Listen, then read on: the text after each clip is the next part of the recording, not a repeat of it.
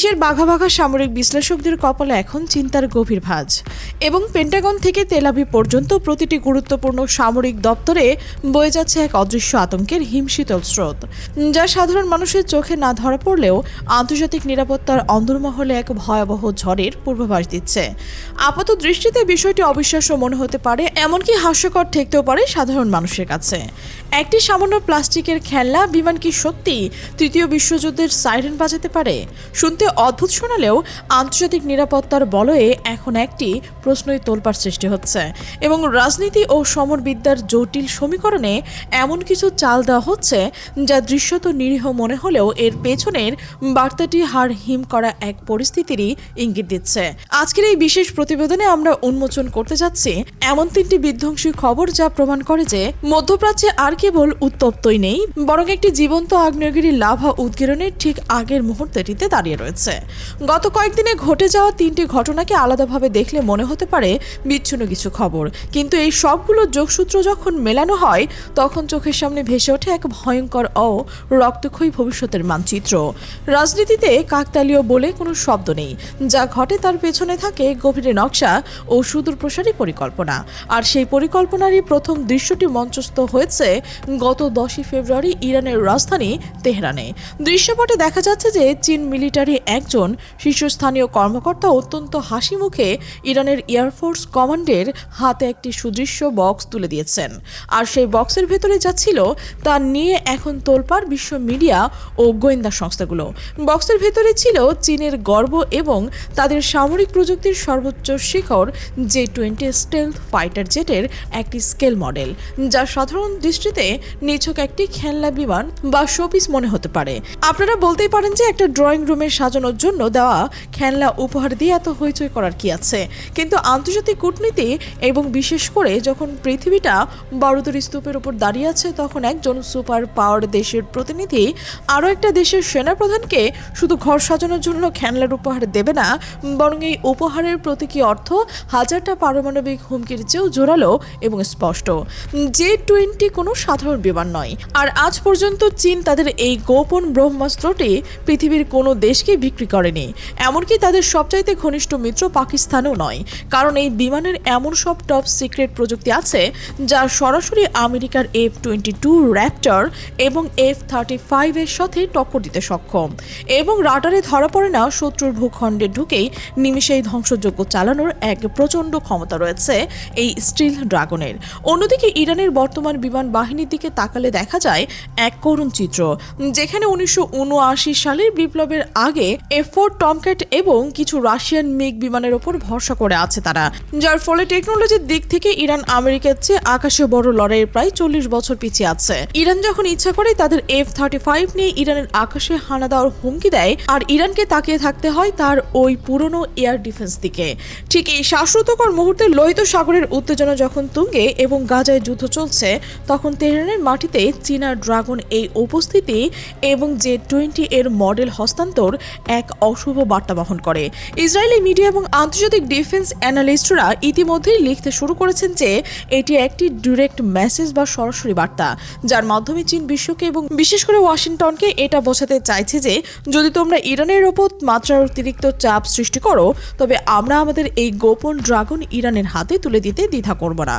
এবার ঠান্ডা মাথায় ভাবুন, যদি সত্যি আগামীতে 5-10টা J-20 ফাইটার জেট ইরানের হাতে চলে আসে, তবে মিডল স্টেটের পুরো পাওয়ার ব্যালেন্স বা শক্তি ভারসাম্য এক রাতেই বদলে যাবে এবং ইসরায়েল যে এয়ার সুপারিটি বা আকাশপথে একচ্ছত্র আধিপত্য নিয়ে এত গর্ব করে তা নিমিষেই ধুলোয় মিশে যাবে। এটি আমেরিকার নিষেধাজ্ঞার মুখে চীনের এক চপটাঘাত, যেন চীন বলছে তোমাদের নিষেধাজ্ঞা আমরা মানি না এবং আমাদের কাছে এমন তাস আছে যা খেললে তোমরা পুরো গেম প্ল্যান ভেস্তে যাবে।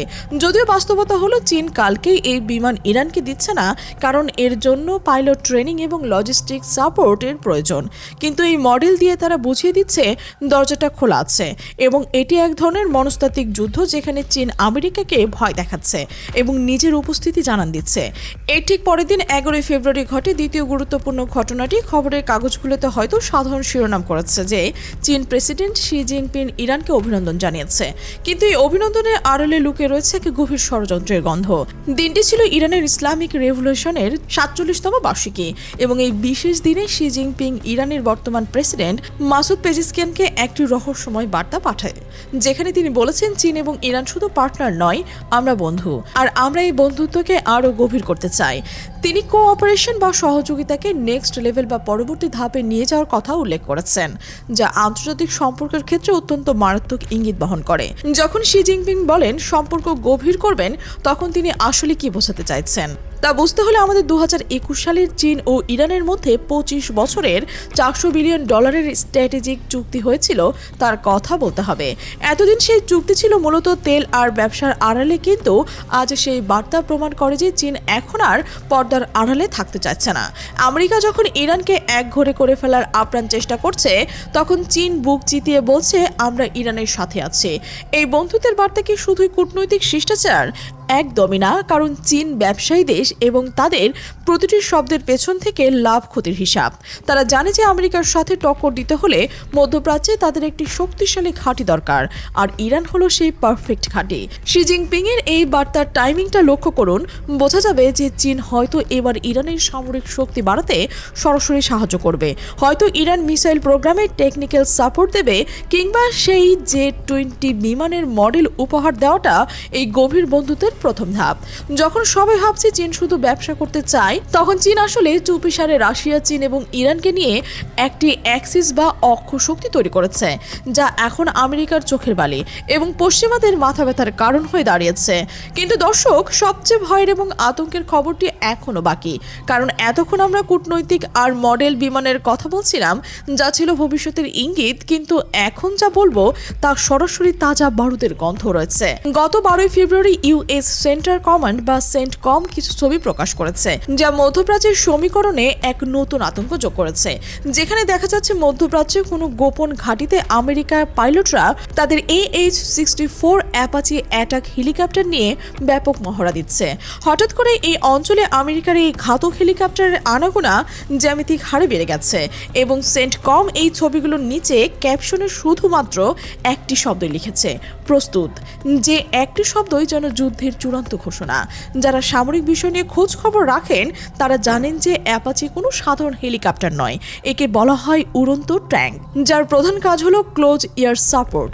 সহজ বাংলায় বলতে গেলে অ্যাপাচি তখনই ব্যবহার করা হয় যখন মাটিতে সেনাবাহিনী বা ট্যাঙ্ক নামানো হয় এবং পদাতিক বাহিনী যখন সামনে এগোয়, তখন আকাশ থেকে তাদের রাস্তা পরিষ্কার করার কাজ করে এই অ্যাপাচি, যে তার হেলফায়ার মিসাইল আর চেইন গান দিয়ে শত্রুর বাংকার, ট্যাঙ্ক আর লুকিয়ে থাকা সোলজারদের উড়িয়ে দেয়।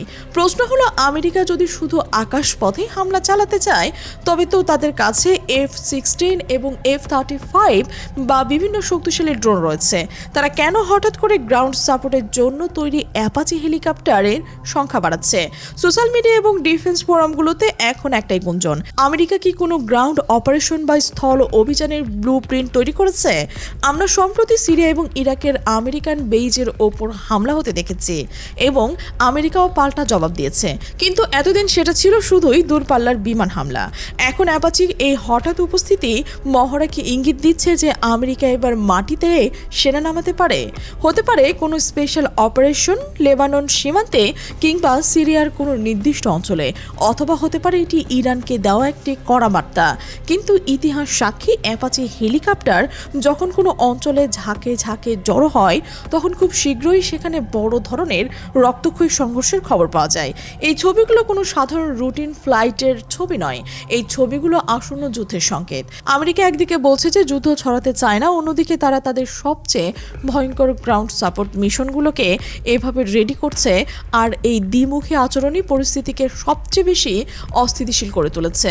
সবশেষে পুরো ছবিটা এবার মিলিয়ে দেখুন। একদিকে চীন ইরানের হাতে তাদের সবচেয়ে আধুনিক বিমানের মডেল তুলে দিয়েছে এবং বন্ধুত্বের গভীরতার কথা বলে আমেরিকাকে চ্যালেঞ্জ ছুড়ে দিয়েছে, বুঝিয়ে দিয়েছে ইরান একা নয় এবং তাদের পেছনে আছে এশিয়ার ড্রাগন। আর অন্যদিকে আমেরিকা তাদের ঘাতক অ্যাপাচি হেলিকপ্টার প্রস্তুত করেছে পাল্টা আঘাতের জন্য, যা হয়তো আকাশপথে যুদ্ধকে মাটিতে নামিয়ে আনতে পারবে না। সমীকরণটা খুব পরিষ্কার, মধ্যপ্রাচ্য এখন আর শুধু তেলের খনি নয়, এটি এখন বিশ্বশক্তির পরীক্ষার কেন্দ্রবিন্দু। এক পক্ষ খেলনা বিমানের আড়ালে ভয়াবহ প্রযুক্তির হুমকি দিচ্ছে, অন্য পক্ষ উড়ন্ত ট্যাঙ্কের মহড়া দিয়ে যুদ্ধের দামামা বাজাচ্ছে। আমরা কি তাদের সত্যি সত্যি প্রতিদিন একটু একটু করে এক একটি বড় সংঘাতের দিকে এগিয়ে যাচ্ছি, নাকি এইগুলো সবই সুপার পাওয়ারের শক্তি পেশি দেখানোর প্রতিযোগিতা মাত্র? উত্তর যাই হোক, এই মুহূর্তে হরমুজ প্রণালী থেকে শুরু করে লোহিত সাগর পর্যন্ত প্রতিটি ঢেউয়ে মিশে আছে অনিশ্চয়তা আর বারুদের গন্ধ। একটি ভুল পদক্ষেপ, একটি মিসাইল এবং একটি ভুল সিদ্ধান্ত পুরো অঞ্চলকে জ্বালিয়ে দেওয়ার জন্য যথেষ্ট। এবং বিশ্ববাসী এখন তাকিয়ে রয়েছে সেই ভয়াল মুহূর্তের দিকে, যখন নীরবতা ভেঙে শুরু হতে পারে প্রলয়। এখন দেখার বিষয় এই স্নায়ু যুদ্ধে কে আগে চোখের পলক ফেলতে পারে এবং কে প্রথম আঘাতটি হানতে পারে।